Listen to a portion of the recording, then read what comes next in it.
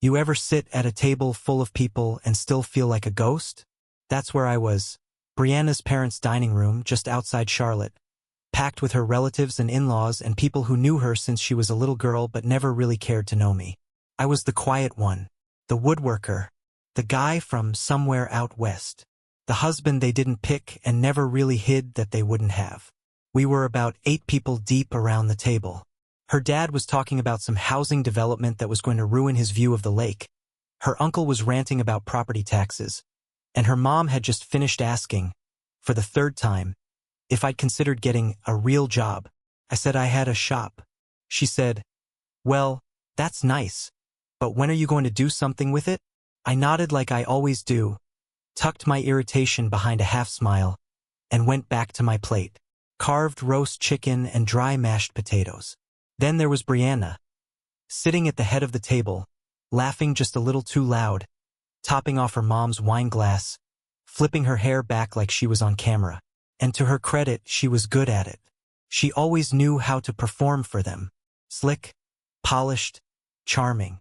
She could slide right into their rhythm, as if she was born to be their golden daughter. I used to find that magnetic. Lately, it just felt like watching someone I barely recognized anymore. I stared down at my plate, trying to tune out the noise, thinking maybe this would be one of those nights I just got through. Not every storm needs a reaction. But then something small happened. So small it should have meant nothing. Casey, Brianna's younger sister, reached down under the table and came up with a little folded slip of paper. I didn't even look up at first, thought it might have been a napkin or a shopping list or something. "Hey, Bree," Casey said, squinting at it. "You dropped this." I looked over. Receipt. Her fingers pinched it delicately by the top corner, holding it up in front of everyone like it was a scratch-off ticket. The air shifted, just a little. Brianna glanced over, and I swear to God, her whole face flickered, like a glitch. Her smile didn't quite hold, and her hand reached across the table faster than it should have. "Oh, that's nothing," she said quickly. "Just a work receipt. Hospital business dinner. You can toss it." But Casey, bless her nosy heart, had already read enough of it to raise her eyebrows. "Romanticos?" she said with a smirk. "Fancy. That's that place with the candlelight and the string quartet, right? Filet mignon for 2, and wow, 2 glasses of cab? You sure that was just work?" I felt something settle in my chest. Cold, dense. Not panic, more like confirmation. Her dad laughed. "That wasn't with you, was it, Jackson?" Brianna let out a sharp little laugh, too sharp, and leaned into her usual script. "Networking, Dad. Department head from Richmond. She's new. Wanted to meet the night staff leads, and I was the only one available that night. It's part of my job." Someone made a joke about how hospitals must be doing better than the rest of the economy. Her mom laughed like a schoolgirl. Even Casey let it go after a moment and passed the receipt across to Brianna, who stuffed it back in her purse so fast you'd think it was radioactive. And me? I sat there. Fork paused. Heart doing this slow, uneven thump in my chest. My brain was catching up to what I already knew. Because 2 nights ago, when that receipt was dated, Brianna told me she was working a double. A night shift. Said the ER was short-staffed and she had to cover. I'd even packed her some snacks, left a note in her lunch bag, and told her to drive safe. She smiled, kissed my cheek, and left around 6. I spent the night alone, sharpening my hand tools in the garage and watching old college football highlights in the living room with our dog, Rufus, curled up at my feet. Every hour or so, I'd glance at my phone, wondering why she hadn't texted. Figured she was just swamped. But she wasn't at work that night. She was at Romanticos, with someone, eating filet mignon and sipping wine. That much was fact now. The rest, I could fill in the blanks myself. I looked at her then, across the table, across the jokes and stories and layered lies. She avoided my eyes. Her hands were moving too fast, stacking plates before dessert was even served. So I stood up. Not fast. Not dramatic. Just calm. I picked up my jacket from the back of the chair and slid it on. The fabric brushed over my shoulders like a final decision. "Jackson," Brianna said, her voice cracking a little. That confident tone she'd had all night? Gone. Replaced by this tight, high-pitched thing I hadn't heard before. I didn't answer her. I didn't trust what would come out if I opened my mouth. Her mom looked at me like I just insulted the Pope. Her dad asked if I was okay. I nodded once. Still silent. Then I walked out. No goodbyes. No scene. No raised voice. Just the sound of the front door opening then closing behind me. The cold night hit me in the face and I welcomed it. I didn't go to the truck right away. I just stood there on the porch breathing, listening to the muffled sounds of their conversation starting back up, voices hushed and confused. I heard Brianna's footsteps follow me halfway to the door, then stop. I think part of her wanted to run after me. But the bigger part, the one that knew exactly what that receipt meant, stayed put. I walked down the steps, hands in my pockets, my heart like lead. The gravel crunched beneath my boots as I made my way to the truck. I started the engine, rolled down the window, and just sat there for a second, staring at that glowing house full of laughter and warmth and people who'd never really seen me, not even her. This wasn't some sudden thing. No, this had been building for months, maybe longer. The signs had been there. I just didn't want to believe them. Or maybe I did, and I just didn't want to admit that the woman I fell in love with had changed in ways I couldn't recognize anymore. As I backed out of the driveway and hit the dark road leading out of their cul-de-sac, I didn't cry. I didn't scream. I didn't even curse. I just drove. Because something had snapped in me that night. Not out of rage, but out of clarity. You can patch up cracks in the walls. You can fix a broken chair leg. But when the foundation's gone, you walk away before it all comes down on top of you. I parked my truck on a dirt pull-off about 10 miles outside the city. Just me, the woods, and the hum of cicadas. The sky had turned that deep Carolina indigo with a single star poking through the clouds. I turned the engine off but didn't get out. Didn't move. Just sat there with my hands on the wheel, thinking about a receipt. Thinking about a laugh that didn't sound like the woman I married. That dinner wasn't where things started. It was where they cracked open. Because sitting in that truck, staring out into the dark, I realized how many signs I'd ignored. Signs that didn't seem like much at the time, but now formed a straight, unbroken line that pointed to one ugly truth. There was the night a few months back when she came home late, said she had to cover for a nurse who called in. She was still wearing her scrubs, but they looked different, more like she'd changed into them after the fact. Her perfume was too strong, like she was trying to hide something else underneath. She gave me a kiss and went straight to the shower. I figured it was stress. Then there were the weekend seminars. She'd never gone to those before this year. Out of nowhere, she was attending nursing conferences in Raleigh, Savannah, even Atlanta. Always solo. Always with new coworkers I never met. I remember one time I offered to come with her to make a weekend of it.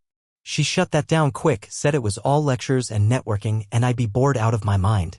Funny how those weekends always ended with her coming back tired but glowing. Saying things like, "It's good to get away sometimes. Clears your head." At the time I thought maybe she needed space. The job was demanding. Maybe I'd become too predictable, too grounded. But now I'm not so sure those trips were ever about work. I thought about her phone habits, how she used to scroll right next to me on the couch, letting her screen light splash across both our faces. These days, her phone was always face down. Always on silent. She said it was because the hospital group chat was nonstop. Said it was nice to disconnect at home. And on my birthday, hell, I should have known then. She told me she was working overnight. I didn't question it. Picked up takeout and watched the game alone. Around midnight, I was scrolling through stories and there it was, one of those boomerangs she didn't know was public. Candlelight, a bottle of red, 2 glasses, and a hand sliding into the frame, just a forearm, but it wasn't hers. She took it down within the hour, said it was from a coworker's housewarming party earlier in the week. That she accidentally reposted it. I remember just nodding. Not because I believed her, but because I didn't want to know. Because asking would have meant hearing an answer I already feared. So I stayed quiet. Like I always did. She'd been cold lately too. Not angry, just distant. Like a radio station just slightly off the dial. She'd laugh at my jokes but never with the same softness. Her hand would brush mine out of habit, not love. An asterisk Macy became choreographed like something she was checking off a list. I'd catch her zoning out when I talked about my work or a new table I was designing. She used to love that stuff, used to ask questions, run her hand over the grain like it meant something. Now it was like she didn't see it. Or me. In the truck, I finally leaned back against the headrest. My shoulders were tight like I'd been bracing for a hit all night. Maybe longer. I closed my eyes, but the darkness behind my lids just showed me more memories. A trail of tiny betrayals I hadn't dared call what they were. I thought about the packaging I'd found in the trash 2 weeks ago, the sleek black box with a fancy cologne logo I didn't recognize. I'd picked it up, wondering if she'd gotten it for me. When I asked, she shrugged. Said she must have grabbed the wrong bag when she was out shopping. Probably someone else's, she said. No big deal. I let it go. I let so much go. But now? Now that receipt burned in my mind. That neat little line item, Romantico's 7:48 p.m. dinner for 2. She hadn't even bothered to hide it. Or maybe she didn't expect to be caught. Maybe she thought I was too tame, too mild, too damn trusting to ever ask questions. She might have been right. But that version of me was dying, slow and quiet, out there on that back road. I grabbed my phone and stared at it. Opened our text thread. Scrolled up. Months of short, clipped messages. Her replies always a little delayed. My side filled with heart emojis, random check-ins, dinners in the fridge, and miss you. Her side? Mostly busy, babe, can't talk now and later. I didn't text her.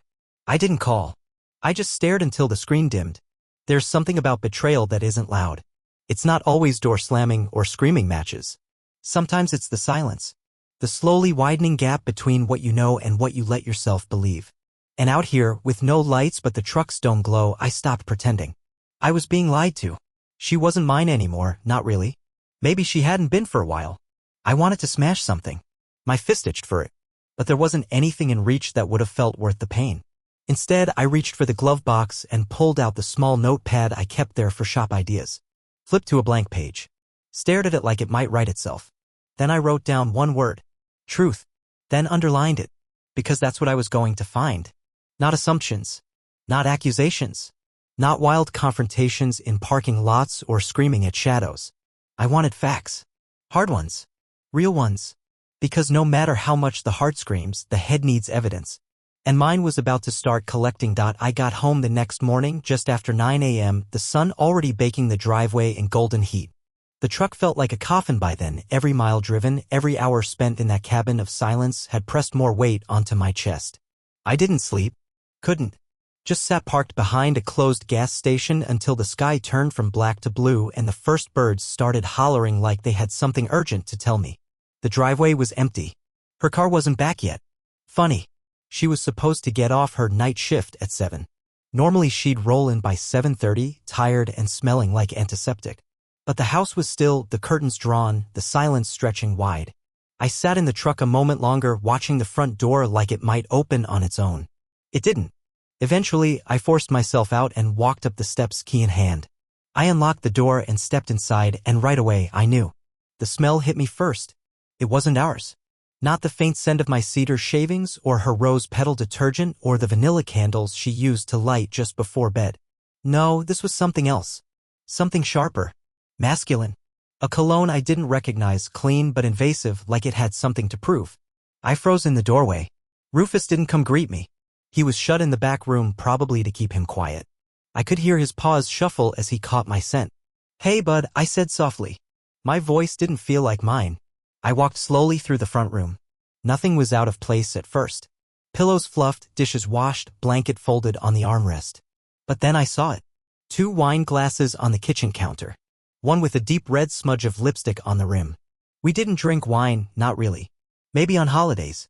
Maybe once or twice when company came over. But last night wasn't a holiday. And we hadn't had company. I stepped closer. The glasses were still slightly wet inside. Used and rinsed, not cleaned. A practiced move. Not sloppy, but not thorough either. Then I looked over to the kitchen island and there it was. A man's bracelet. Thick leather, polished metal clasp, engraved with the initials DMH. I stared at it for a long time. My mind grasped for anything. Maybe it's a gift she bought for someone? Maybe she's holding it for a coworker? But those thoughts didn't come with conviction. They were defensive lies, brittle ones. I didn't believe them, not even as I thought them. I picked it up. The metal was warm.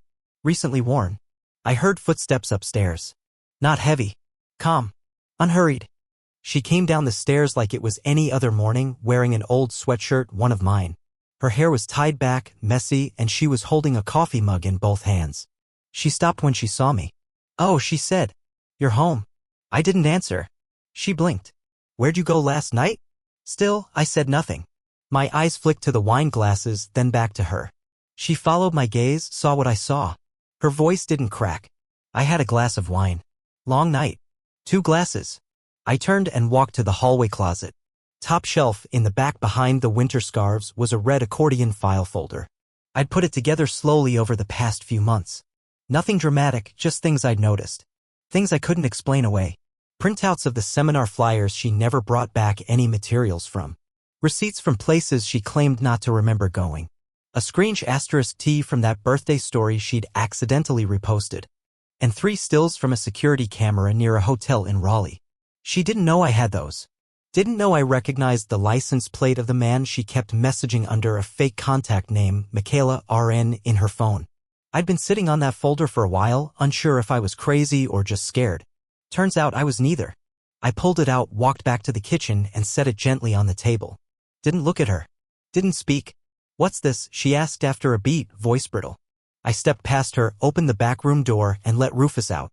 He trotted up to me like I was the first thing that made sense all morning. She picked up the folder and opened it. I didn't wait for her reaction. I walked to the bedroom. Grabbed a bag I'd packed months ago, back when the lies first started stacking too high to ignore. Just a duffel, few clothes, tools, my laptop, my journal. Nothing sentimental. Nothing tied to her. She followed me, the file still in her hands. "Jackson," she said. "Wait." I looked at her for the first time. And for the first time in a long time, I didn't feel guilt. Or shame. Or longing. Just emptiness. "This isn't what you think," she started. I raised a hand. "Stop." She did. I walked past her and headed toward the door. Rufus followed, tail down, sensing the shift in the air. She didn't cry. She didn't chase me. She just stood there. In the same house we built together. Surrounded by all the things that used to feel like home. But nothing in there was mine anymore. I closed the door behind me. And this time I didn't look back. 3 days. That's how long it had been since I walked out. Since I left behind the house we called ours, the life I tried to build, and the woman I no longer recognized. I'd checked into a short-term rental about 20 minutes from town, a tiny furnished place near the outskirts. 1 bedroom, nothing fancy. Smelled faintly of lemon cleaner and old wood, like someone had tried to make it feel fresh, but the walls remembered things anyway. I liked it for exactly that reason. It was quiet. Honest. The kind of place where you heard the floor creak under your own weight and knew there wasn't anyone else sneaking around behind you. Rufus curled up by the front window most of the time, watching cars pass like he expected Brianna's to pull up any minute. I didn't have the heart to tell him she wasn't coming. I barely had the energy to believe it myself. I didn't tell many people I left. My brother, Nate, knew. He was the kind of guy who didn't ask questions unless you said, "Go ahead." When I called him the night I left, all he said was, "You good?" I said, "Not really." He said, "You want company or quiet?" I said, "Quiet." He said, "You got it." End of story. The days were a blur of nothing, coffee gone cold, long walks with Rufus, background noise on the TV I wasn't really watching. I deleted her number but didn't block it. That was a mistake. She didn't call. Didn't text. But I kept checking like maybe she would. Like maybe she'd suddenly remember who I was and what I meant to her. But silence is its own kind of answer. On the 4th morning, I found the envelope. It was just sitting on the welcome mat. No name, no return address. Just a plain white rectangle with my first name handwritten in sharp, familiar cursive. No stamp, no smudges. Like it had been placed there by hand. My first instinct was to toss it. Felt too dramatic, too staged. But something about the handwriting froze me in place. I'd seen it before. Years ago on birthday cards. Post-it notes on the fridge. Little "I love you" scribbles left on napkins when I'd come home late from the shop. Brianna's handwriting. I opened it. Inside was a photo. It was old, one of ours, back when things were still simple. I was barefoot by a waterfall up in the Smokies, smiling like the world hadn't touched me yet. My jeans were soaked from the knee down and my arm was reaching off-frame, probably toward her. I remember that day like it was yesterday. We'd found this random hiking trail while driving aimlessly through the mountains. Stopped because the light looked good. Took that picture on a self-timer. She'd told me later it was her favorite one of me. Beneath the photo was a napkin. Folded neatly. I opened it slowly like it might collapse in my hands. On it, written in the same cursive as the envelope, were 3 words and a time. Romanticos. For PM. And next to it a hotel keycard taped to the bottom corner. No explanation. No name. But she didn't need to sign it. I knew exactly who sent it. I stood there for a long time, napkin in one hand, photo in the other, thinking about how people can shatter you and still expect you to meet them for coffee like nothing happened. I wasn't going for her. I was going for me. To look her in the eye and end the story on my own terms. Romanticos was quiet at that hour. Between lunch and dinner, the place felt hollow, tables half set, soft piano spilling from the speakers, and a smell of citrus and wine lingering in the air. I recognized the hostess. She looked at me like she wasn't sure if she should say anything. I guess drama leaves its scent behind too. Here to meet someone, she asked. I nodded once. She motioned toward the back. She's in the private room. Of course she was. I walked slowly, every step deliberate, controlled. I wasn't nervous. Not exactly. But I felt like I was walking into a play I hadn't agreed to perform in. Like I'd been given a role but no lines. The door to the room was cracked. I pushed it open. Brianna sat at the far end of a small round table, arms folded, eyes already locked on mine. She looked like she hadn't slept. Or maybe she had, and this was just what guilt looked like in daylight. The first thing I noticed? She wasn't wearing her ring. I didn't say anything. I pulled out the chair across from her and sat down. Slowly. No rush. No dramatics. She didn't smile. Didn't speak. Neither did I. We sat like that for a moment, two people who used to know each other inside and out, now strangers trying to remember how it all went wrong. Then she reached into her purse and pulled out a folded sheet of paper. I made a list, she said quietly, sliding it across the table. I looked at it but didn't pick it up.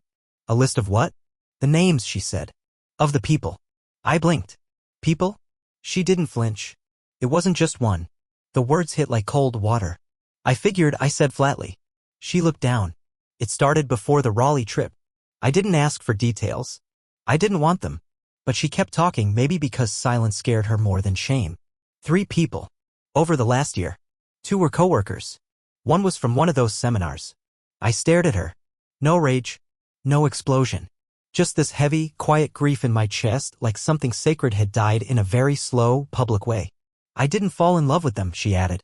Was that supposed to make this better? I asked. She swallowed hard. No. I just thought, maybe it mattered. I leaned back in my chair. What do you want from me? She hesitated. To tell you the truth. For once. You mean now, I said, voice low. After months of lies. Yes. I looked at her. Really looked at her. And I saw someone I didn't recognize. I used to think if this moment ever came, if she ever sat down and told me the whole truth, it would feel like some kind of closure. Like getting the missing pieces to a puzzle that had tormented me for months. But now, having them in front of me, I realized something. Closure doesn't come from the other person's mouth. It comes when you stop needing to hear it at all. I stood up. She looked startled. That's it? I nodded. You didn't write this story, Brianna. You just start in it. But I'm the one who ends it. She didn't follow me out. And I didn't turn back. The keycard, the napkin, the picture, they stayed on the table. I didn't need any more souvenirs from a life that wasn't mine anymore. The thing no one tells you about betrayal is that it doesn't stop once you walk away. You think it does. You think the heartbreak, the lies, the late-night second-guessing, all of that gets left behind when you shut the door and choose yourself. But sometimes what they break in you keeps echoing. And sometimes they're not done. It had been about a week since Romanticos. A week since she slid that paper across the table like she was handing over a menu instead of a confession. Since she told me calmly, plainly, that I wasn't the only one she'd lied to. I thought that was the last twist in the story. But it wasn't. I was at the rental, sanding down a piece of walnut for a bookshelf commission. Just me, Rufus at my feet, sawdust dancing in the sunlight. The shop's quiet rhythm had started to feel like medicine. Then my phone rang. Unknown number. Normally, I let those go. But something in me said, answer it. Mr. Calder, the voice said. Speaking. This is Jamie Holloway with Liberty Mutual Claims. I'm calling to confirm the details on the theft and damage claim you filed last week regarding the property loss and vandalism. My hand froze mid-sand. I think you have the wrong person, I said carefully. There was a pause on the other end. Paper shuffling. This is Jackson L. Calder? Of 308 Pine Hollow Drive? Yes. Then no, sir. The claim was filed in your name using your ID. A report was submitted online with scans of your driver's license, your homeowner's policy, and a digital signature that matches our on-file records. It included damages of $17,830 for stolen jewelry, electronics, and structural repair. I sat down hard on the nearest stool. I didn't file anything, I said, my voice low, almost calm. Another pause. Then, I'm going to put the claim on hold and flag it for fraud review. But sir, I'm obligated to tell you the funds were already scheduled for payout. to an account ending in 4126 registered to Calder Wellness Solutions. Do you recognize that business? The air around me felt thick. I rubbed my temple slowly. That's not my business, I said. But I know who owns it. Because I did. Calder Wellness Solutions was a nutrition coaching brand Brianna had launched about a year ago. Mostly essential oils and unregulated supplements sold through Instagram Lives and a pretty Shopify page. She claimed it was her passion project. I'd helped her set it up, even built the desk she used in her little office. I hadn't thought much of it. She said it wasn't making money yet. I didn't ask too many questions. But now? Now it was her escape hatch. Her laundering tunnel. Her next con. After I got off the phone with the insurance rep, I just sat there for a while. Hands on my knees. Breathing slowly. Like maybe if I kept still long enough, the world would shift back into something recognizable. But it didn't. Instead, I stood up, walked to the bedroom, opened the drawer where I kept a locked file box, and pulled out my personal documents. Driver's license? Still there. Insurance policy? Untouched. Social security card? Safe. Which meant she hadn't physically taken anything. She'd copied it. While we were still together, probably long before I ever suspected anything, she'd scanned my ID, my signature, my private files. All neatly stored in a folder she had access to just in case. Trust had been her camouflage. And I'd made it easy. I wasn't angry. Not in the way people expect. Not fists through drywall or screaming into the void. No, this was something quieter. Heavier. Like grief that had calcified into something unrecognizable. I called my lawyer. His name was Hal Corbin. Older guy. Wore suspenders like it was still 1982 and read every contract like it was written in blood. He picked up on the first ring. Tell me everything, I said. And I did. He didn't interrupt. Just listened. When I was done, he let out a breath. This isn't just infidelity, he said. This is identity fraud, wire fraud, and insurance fraud. And if we're lucky, attempted theft not completed. You want to press charges? I was quiet for a long time. Not yet, I said. I just want it stopped. Then we need to freeze the account, alert the insurer, and issue a cease and desist. I'll file a fraud affidavit on your behalf. If we move fast, we can keep your name clean. Do it. I hung up and just sat there. Brianna hadn't just used me emotionally. She used me legally. She'd taken my life, signed it electronically, and tried to turn it into a payout. Not out of passion. Not out of desperation. But calculation. The kind of move you don't pull off by accident. I always thought cheating was the worst someone could do to a spouse. But now I was learning something different. Sometimes it's not the affair that haunts you, it's the plan behind it. That night, I went through my email archives, my bank statements, my cloud storage. Looked for anything she could have touched, duplicated, sent to herself. It was like sweeping a house after a break-in. Every drawer I opened felt like it might explode with another betrayal. I found 3 red flags. 1. A cloud folder labeled Client Resources Archive. I hadn't seen it before. Inside were PDFs of our joint tax returns, scans of my driver's license, her business license, and even a digitally modified version of a utility bill with only her name on it. Dated 1 month before I moved out. 2. An old Venmo transaction labeled, Thanks for the help, Heart, sent to a guy named M. Holton. The initials matched the bracelet I found in our house, DMH. His first name probably started with a middle initial. I clicked his profile. Private. No photo. But I knew that wasn't nothing. 3. A subscription to a virtual notary service I'd never signed up for. The account used my name, my email, but an unfamiliar password. Brianna had filled in every blank. She didn't just cheat. She constructed a new version of me. A version she could use. A version she could cash in. The next morning I got a call from Hal. She moved the money. What? She tried to reroute the insurance deposit to a second account after the flag was placed. That's a move people make when they know the clock's ticking. I've notified the insurer. You're clear for now. But Jackson, we need to talk about pressing charges. I didn't answer right away. Because deep down I didn't know what I wanted. Justice? Revenge? Relief? Or just to never hear her name again? Let's hold off, I said. I want to see how far she's willing to go. There was a long pause. You sure? No, I admitted. But I need to understand the shape of what I'm dealing with. I thought I was leaving a broken marriage. I didn't realize I was escaping a predator. That night, I opened a new notebook. Blank pages. No scribbles, no sawdust smudges, no plans for a dining table I'd never built. At the top of the first page, I wrote one word. Motive. Then I underlined it. Because I was done reacting. Now I was studying her. and I was going to learn every angle before I made my next move. A week after Hal froze the account, I got an email. Subject line, "You don't know me, but I know her." It was from a guy named Caleb. He said he dated Brianna, except she called herself Sabrina back then. Claimed she was a traveling wellness consultant. He said she'd opened a credit card in his name and ghosted him once the limit was maxed. 2 days later, I heard from Rachel. She'd once shared an apartment with Brianna, who pretended they were cousins. Same deal, fake non-profits, bounce checks, identity games.